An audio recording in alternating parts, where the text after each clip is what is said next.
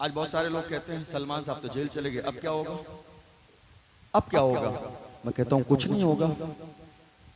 शेर ने एक शेर कह दिया, शेर ने एक शेर कह दिया, शेर ने एक शेर कह दिया। और शेर शेर ही कहते हैं, गीदड़ शेर नहीं कह सकते।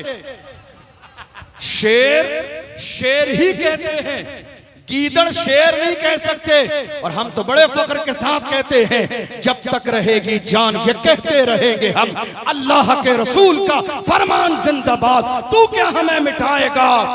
इस्लाम के दुश्मन छाती पे चढ़ के बोलेंगे इस्लाम जिंदाबाद। वाह वाह। एक शेर ने शेर कह दिया, लोग कह रहे हैं क्या होगा, कुछ नहीं होगा। ये असीरी भी मेरी सुन्नते आबाई है, ये कोई नई चीज नहीं है। और दुनिया की कोई जेल में इतनी ताकत और हिम्मत और जुर्रत नहीं है जो मुस्तफा के गुलामों के हौसलों को पस्त कर दे। याद रखिएगा, इंसान की जिंदगी में आजमाइशें आती हैं, उसे कमजोर बनाने के लिए नहीं, आजमाइशें बंदे को और मजबूत बनाती है। और जब बंदा आजमाइशों के मनसब से गुजरता है तो वो दुनिया की आंखों में आंखें डाल के कहता है, आज मैं तमाम आजमाइशों से गुजर चुका हूं, अब जो बड़ी बड़ी आजमाइशें थी मेरे सामने जर्रे से भी कम है। अल्लाह अकबर। मुस्तफ़ा जान रहमत के गुलाम हैं हम, मोहम्मद अरबी के गुलाम हैं। यही दौर अल्लामा खादिम हुसैन रज़वी की जिंदगी में कई बार आया जेल जाने का। डरा मत करें जेल जाने से, क्या करें, डरा नहीं करें। कई बार ले जाया गया, कई बार। एक बार ऐसा हुआ, ले जा रहे थे तो ले जाने वाले बड़ी बेदर्दी से घसीटते हुए ले जा रहे थे, लेकिन याद रखिएगा जिसको घसीटा जा रहा था वो रो नहीं रहा था, वो मुस्कुरा रहा था। वो रो नहीं रहा था, मुस्कुरा रहा था। और उसका हाल ये था कि जो घसीट रहे थे वो बड़ा ताज्जुब में थे, क्या बात है, रोने की जगह मुस्कुरा रहे हैं आप, रो क्यों नहीं रहे। फरमाया बात ये है, तुम जिनकी मोहब्बत में घसीट रहे हो वो नहीं देख रहे हैं, मुझे जिस रसूल की मोहब्बत में घसीटा जाता है, मेरा यकीन है गुंबदे खजरा से मेरा नबी मुझे देख रहा है। मेरा यकीन है गुंबदे खजरा से मेरे नबी देख रहे हैं। बरेली के ताजदार इमाम अहले सुन्नत ने पहले ही इसकी तर्जमानी की। मेरे इमाम फरमाते हैं, पुल से उतारो राह गुजर को खबर न हो, जिब्रील पर बिछाएं तब पर को खबर न हो, कांटा मेरे जिगर से गमे रोजगार का यूं खींच लीजिए कि जिगर को खबर न हो। फरियाद उम्मती जो करे हाल जार में, मुमकिन नहीं कि खैर बशर को खबर न हो। अल्लाह अकबर। घसीट के ले जा रहे थे मगर हाल ये था, वो यही कह रहे थे, तू हो कि तुरशरू मुझे गाली हजार दे, ये वो नशा नहीं जिसे तुरशी उतार दे। ये हुजूर के इश्क का नशा है, हुजूर की गुलामी का नशा है, दुनिया की कोई ताकत ऐसे उतार नहीं सकती है। और हाल ये था, फैजाबाद के धरने में दिसंबर की सर्दी में बुखार की हालत में वो मर्द कलंदर बैठ गया धरने पर और अल्लाह अकबर की सदाएं लगा रहा था। लोग कह रहे थे हजरत तबीयत ज्यादा खराब हो जाएगी, चलिए।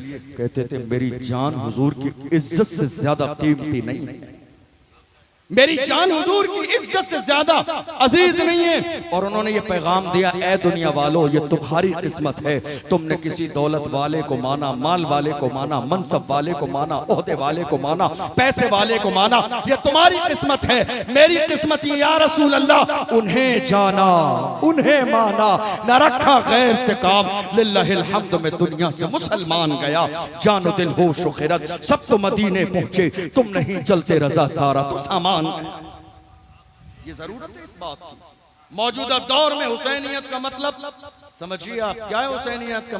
हुसैनियत का मतलब है जुल्म के खिलाफ खड़े हो जाना, डरिए मत, मायूस मत हुई। अल्लाह का कुरान कहता है, ला तक़नतू मिन रहमतिल्लाह, अल्लाह की रहमत से मायूस न हो।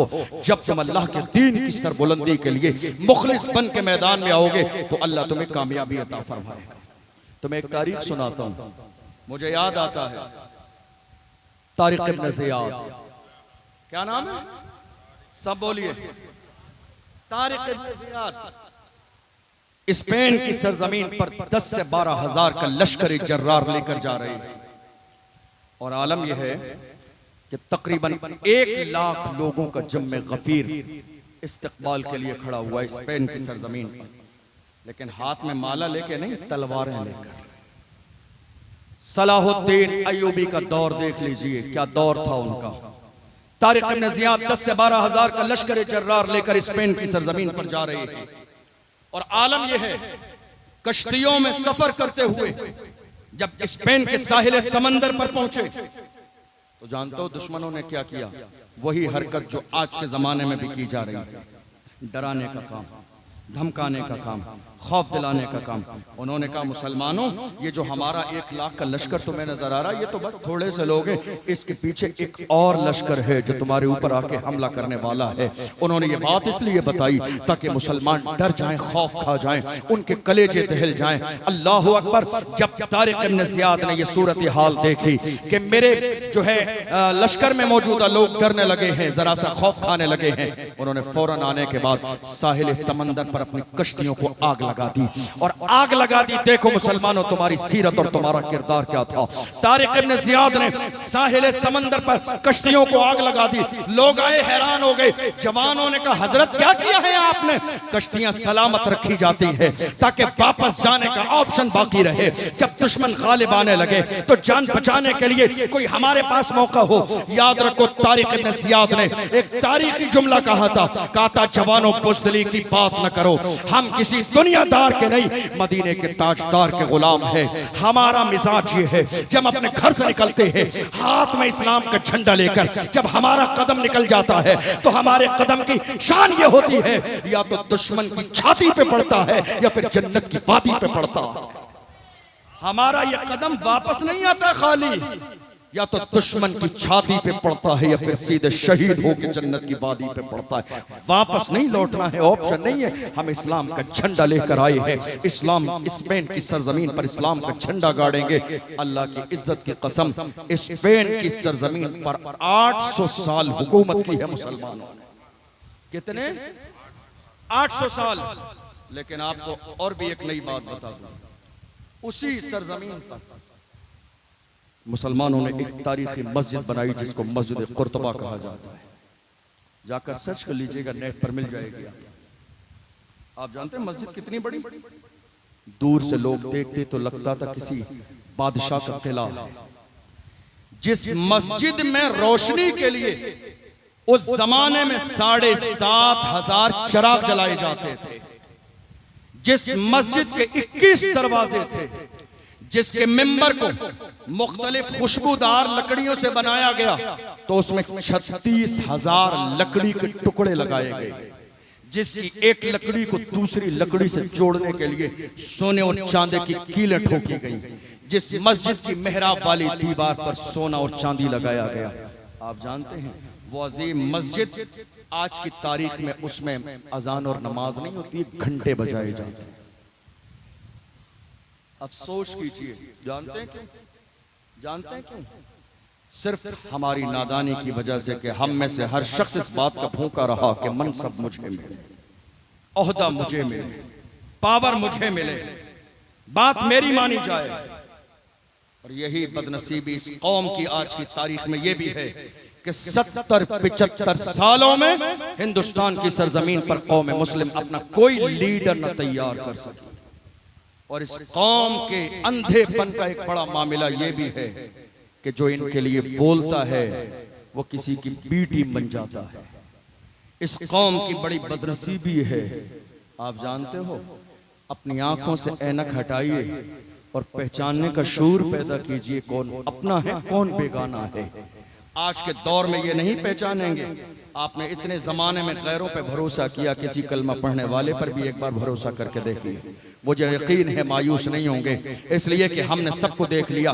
जो इलेक्शन के जमाने में हमारे दरवाजों पे 10-10 बार आकर वोटों की भीख मांगते हैं, जब मेरे रसूल की इज्जत की बात आती है हम 20 बार उनके दरवाजे पे जाते हैं। प्रशासन के सामने एक जुमला कहना तो बड़ी बात है, ट्वीट के जरिए भी एक जुमला मुसलमानों की हिमायत में कहना नहीं चाहते हैं। जब ये सारी सिचुएशन मैं देख लेता हूं तो फिर बाद में यही दिल करता है कि मैं दिल खोल के कह दूं सलाम है उस मर्द कलंदर पर जिसने पार्लियामेंट में बिल फाड़ दिया और कहा बात वही कबूल की जाएगी जिसमें मुसलमानों का नुकसान न हो, बात वही मानी जाएगी जिसमें दीन की मुखालिफत न हो, बिल वही माना जाएगा जिसमें कौम मुस्लिम के लिए नुकसान न हो। तुम कौन हो तो ये पास करने वाले? कौन रहेगा मुल्क में, कौन न रहेगा? याद रखो ये मुल्क गरीब नवाज का मुल्क है, ये मखदूम कुछोछा का मुल्क है, मुफ्ती आज़म हिंद का मुल्क है, ये मेरे ताजो शरिया का मुल्क है। आज हम पहचान नहीं पा रहे और हमारे यहाँ आज हालत ये छोटे पैमाने जो इलेक्शन हो रहे हैं, हमारी कौम के लोग 500 रुपए में पूरे खानदान के वोट बेच रहे हैं और जाके जुमे में मस्जिद में हम हजरत दुआ करा दीजिए अल्लाह जालिम हुक्मरान से निजात दे। 500 रुपए में पूरे खानदान के वोट बेच दिए और जाके दुआ कराना हजरत जुमे में दुआ करा देना अल्लाह जालिम हुक्मरान से निजात दे। निजात ऐसी मिलेगी जालिम हुक्मरान से? याद रखिएगा इस मस्जिद में जितने लोग बैठे हैं सारे लोग बड़ा बनना चाहेंगे, कोई बड़ा नहीं बन पाएगा। बैठ जाइए एक जगह, उलमा को फैसल बनाइए और ये जिसको बड़ा मान लें उसको आप भी बड़ा मान लीजिए, इसलिए कि सब मिलकर अपने अपने तौर पर लीडर बनेंगे। आज तक 75 सालों में कोई लीडर ना बन सका। वो वक्त आ गया है, वो हालत है, वो सिचुएशन है मुल्क की कि आज हर इलाके में कौम मुस्लिम की आवाज को बुलंद करने वाला एक लीडर हो। और आज की तारीख में अगर तुम्हारे पास बोलने वाला लीडर होता तो ये जलसा मस्जिद की 4 दीवारी में नहीं बल्कि रोड पर होता और हम दुनिया की आंखों में आके डाल के कहते बुज़दिल कौम से तुम्हारा पाला नहीं पड़ा है, मोहम्मद अरबी के गुलाम है। वक्त आ जाने पर हमने गर्दनें भी कटाई है मगर कदम पीछे नहीं हटाए। जरूरत है इस बात की, जाग जाइए, बेदार हो जाइए, एक हो जाइए, नेक हो जाइए और वो नारा फिर से लगाइए जो मेरे हाफिज मिल्लत ने दिया था, इत्तिहाद जिंदगी है, इख्तिलाफ मौत है, मौत है इख्तिलाफ। समझने की जरूरत है आज मेरी कौम को। हमारा हाल क्या है? अफसोस इलेक्शन के जमाने में हम पोस्टर दूसरों के लगा रहे हैं, फ्लैक्स दूसरों के लगा रहे हैं, होर्डिंग दूसरों की, वोट दूसरों के, मारहरा मुताहरा। सुभान अल्लाह। मेरे आला हज़रत का पीर खाना उसी मुबारक सरजमीन के एक बुजुर्ग जिन्हें सैयदुल उलमा कहा जाता है, उन्होंने कौम मुस्लिम को, मुझे ऐसा लगता है शायद ये पोस्टर फ्लेक्स लगाते देख लिया होगा। उन्होंने उस जमाने में कहा था किसी की जय विजय हम क्यों पुकारें, क्या गरज हमको, हमें काफी है सैयद अपना नारा या रसूल अल्लाह। ऐ मुसलमान, अल्लाह ने तुम्हें गुलामी के लिए पैदा नहीं किया, कायद बनो कायद। अल्लाह ने तुम्हें क़यादत के लिए पैदा किया है, गुलामी के लिए तुम्हें पैदा नहीं किया है, क़यादत के लिए पैदा किया है। गुलामी तुम्हें खत्म करना पड़ेगी, क़यामत क़यादत के मिजाज को अपनाना पड़ेगा। और आप जानते हैं इसके लिए बहुत कुछ करने की जरूरत नहीं है, बस सारे लोग मिलकर एक जगह बैठ जाइए, उलमा को फैसल मानिए और जिस पर ये मुत्तफिक हो जाए दिलो जान से उसे लीडर मान लीजिए। और ये याद रखिएगा, ये बात अगर आज नहीं मानेंगे आप, 2 साल बाद मानेंगे, 2 साल बाद नहीं मानेंगे, 4 साल बाद माननी पड़ेगी। सिचुएशन मुल्क की यह है कि माननी पड़ेगी आपको। कौन है आपके लिए बोलने वाला? कौन है आपके लिए आवाज उठाने वाला? इलेक्शन सिर्फ वोट लेने के लिए होता है, हमारे मसाइल हल करने के लिए नहीं। अभी थोड़े से दिन पहले की बात है, एक सियासी पार्टी के लीडर ने एक बार मुसलमानों का नाम का ले दिया, फिदा हो गए मुसलमान, दीवाने हो गए, आशिक हो गए। और एक मर्द कलंदर हजारों बार सोते जागते मुसलमानों का नाम लेता है, सोते जागते हुजूर केश की बात करता है। वो जब पार्लियामेंट में खड़ा होता है तो उलमा की तरह अल्हम्दुलिल्लाह रब्बिल आलमीन से अपने खुतबे की शुरुआत करता है।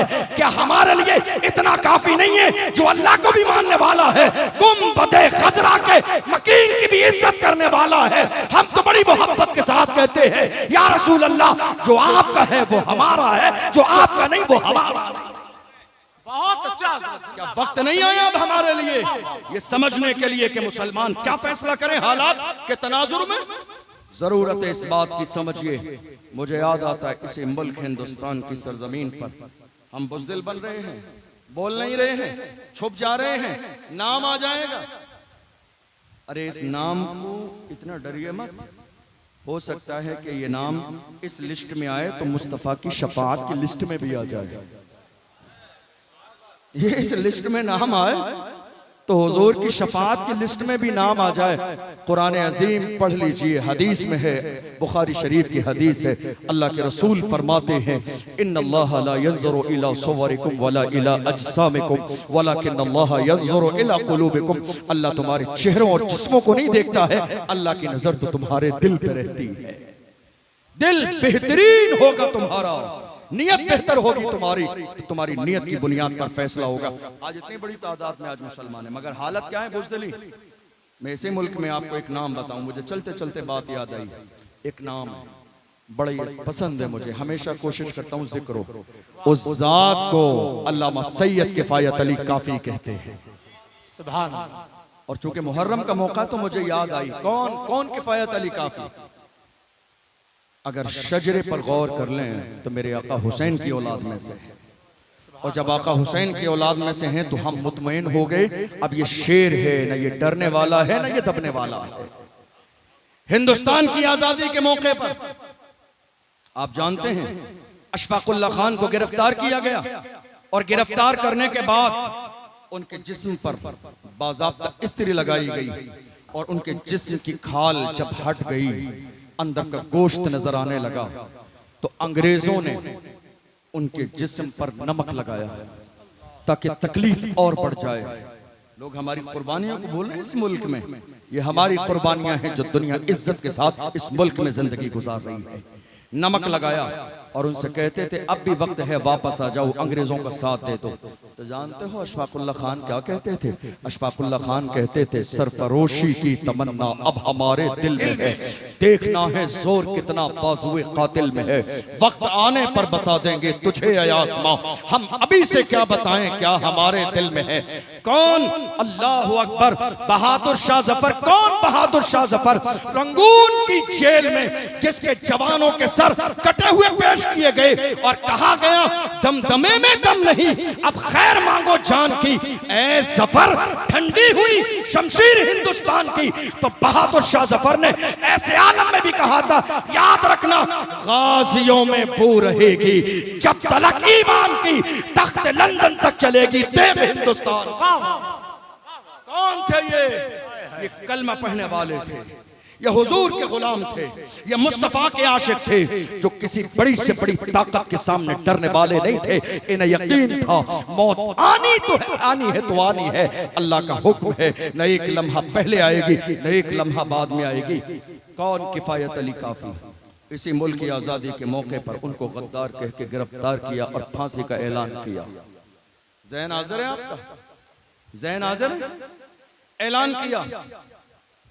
27 रमजान है, असर और मगरिब के दरमियान का वक्त है। हजरत मौलाना सैयद किफायत अली काफी को तख्ते-ए-दार पर लटकाने वाले हैं, रोजे से हैं। का मौलाना आखिरी ख्वाहिश कोई हो तो बयान करें। आखिरी ख्वाहिश हम होते तो न जाने क्या कहते हैं, मगर सलाम है उस मर्द कलंदर को, सलाम है उसकी सोच को। उन्होंने ये नहीं कहा मुझे ये चाहिए वो चाहिए। जब तख्ते-ए-दार पर लटकाया गया, गले में फांसी का फंदा है, रोजे की हालत से, मौलाना आखिरी ख्वाहिश हो तो बयान करो। मुस्कुरा के कहते हैं जालिमो, हुजूर के गुलाम की आखिरी ख्वाहिश सुनना चाहते हो, हुसैन के शहजादे की आखिरी ख्वाहिश सुनना चाहते हो तो सुनो, मेरी आखिरी ख्वाहिश ये है, कोई गुल बाकी रहेगा ने चमन रह जाएगा, पर रसूलुल्लाह का दीने हसन रह जाएगा। अतलसो कम ख्वाब की पोशाक पर नाजा न हो, इस तने पे जान पर खाली कफन रह जाएगा। हम सफीरो पाक में है, कोई दम का चहचहा, बुलबुलें उड़ जाएंगी, सूना चमन रह जाएगा, नाम शाहाने जहां मिट जाएंगे, लेकिन यहाँ हश्र तक नामो निशाने पंजतन रह जाएगा। जो पढ़ेगा साहिबे लौला के ऊपर दुरूद, आग से महफूज उसका तन बदन रह जाएगा। कौन थे?